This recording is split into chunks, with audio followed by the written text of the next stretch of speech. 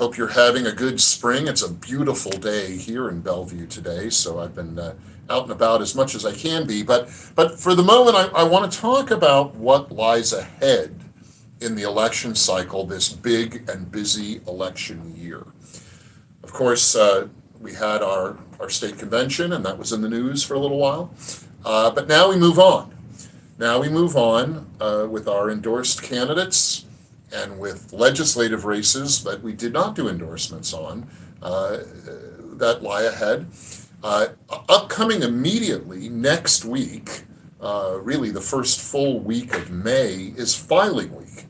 This is when candidates for offices from governor to U.S. senator to all the congressional positions and legislative positions and the statewide executive electeds, they all have to file with the Washington Secretary of State to get on the ballot for consideration, first in the state primary in August, and then ultimately, everybody hopes, in the general election in November. So next week is filing week. Candidates can file online. Depending on the race, you can still sometimes walk into your county courthouse and file. But for most of the statewide, it's an online thing you do with the Washington State Secretary of State's office.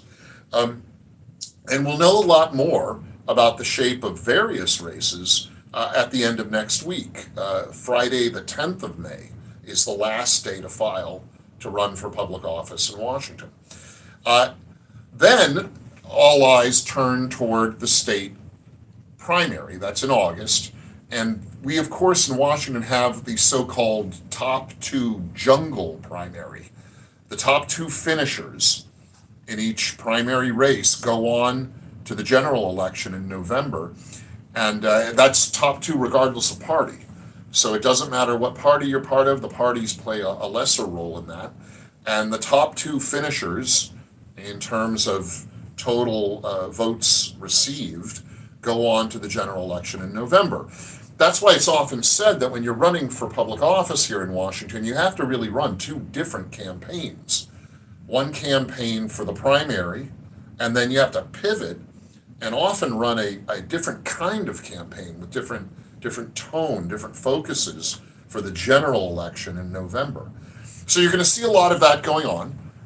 First, campaigns will be run for the primary. They're often a little more raucous, a little more pointed. And then after the primary in August, when eyes turn toward the general election in November, things tend to focus, they become more focused generally, but often candidates will begin to talk more about policy, while some of the advertisements you'll see or hear sometimes get more personal heading into the general election in November.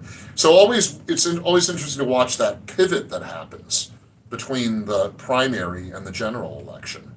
So that'll be going on. This year is a little different, of course, in that we have three major initiatives that are also part of the state election.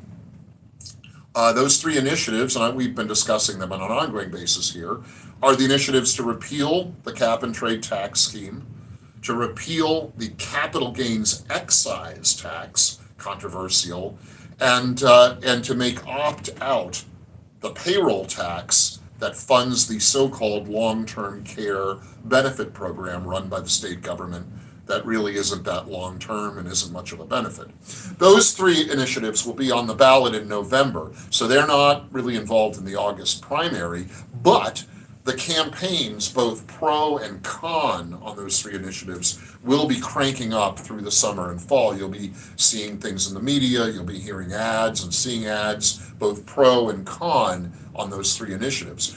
Of course, here at the Republican Party, we back the three initiatives. We consider them essential tax reforms. And we're saying vote yes, pay less on the three initiatives. So the initiatives will add a different flavor to the election. But of course, we'll have the governor race, the lieutenant governor race, the state attorney general, commissioner of public lands. And as I mentioned last week, the party has endorsed candidates in those races. But remember, that open jungle primary will include all kinds of candidates. So those are going to be some crowded primary races, filtering out to the top two, which will be in the November general election. And finally, as we're getting ready for the campaign season really to kick into full throttle, I want to remind everybody when we're talking about Republican candidates, Republican office seekers, let's not direct the name calling and the vitriol at each other. I've seen a lot of people throwing around the term rhino, Republican in name only. And I don't like to see that. It's divisive. It frankly doesn't mean a lot. When most people say someone else is a rhino, they generally mean, I don't like that person. So just say, I don't like that person. It's a little more honest. Our Republican Party needs to be a big tent. We need to be an open arms party that is opening and welcoming to anyone of good faith and goodwill who wants to see a more limited government, more rational tax policy, safer neighborhoods, and better performing schools. Anybody who agrees with us on these things, we need to welcome into our party. And we're going to have a lot of people coming into the Republican Party who've never been there before. We're going to have a lot of walk-away Democrats who come in. We're going to have a lot of people who just weren't political at all and are starting to get politically active and see and hear the Republican Party and like what we're talking about. So let's be open, let's be welcoming to people coming in, and let's try to avoid using that term rhino. It really doesn't mean as much as it once did because it's overused so much. Let's keep an open mind and an open heart to people of goodwill who want to fix what's broken in our beautiful state. Our watchword going forward is Fix Washington. And that's what we intend to do. It's a beautiful place in the world. I wouldn't live anywhere else. And we are going to return our state to its great potential and its great community. Let's fix what's broken in Washington. In the meantime, stay strong, be well, and I'll talk to you again next week.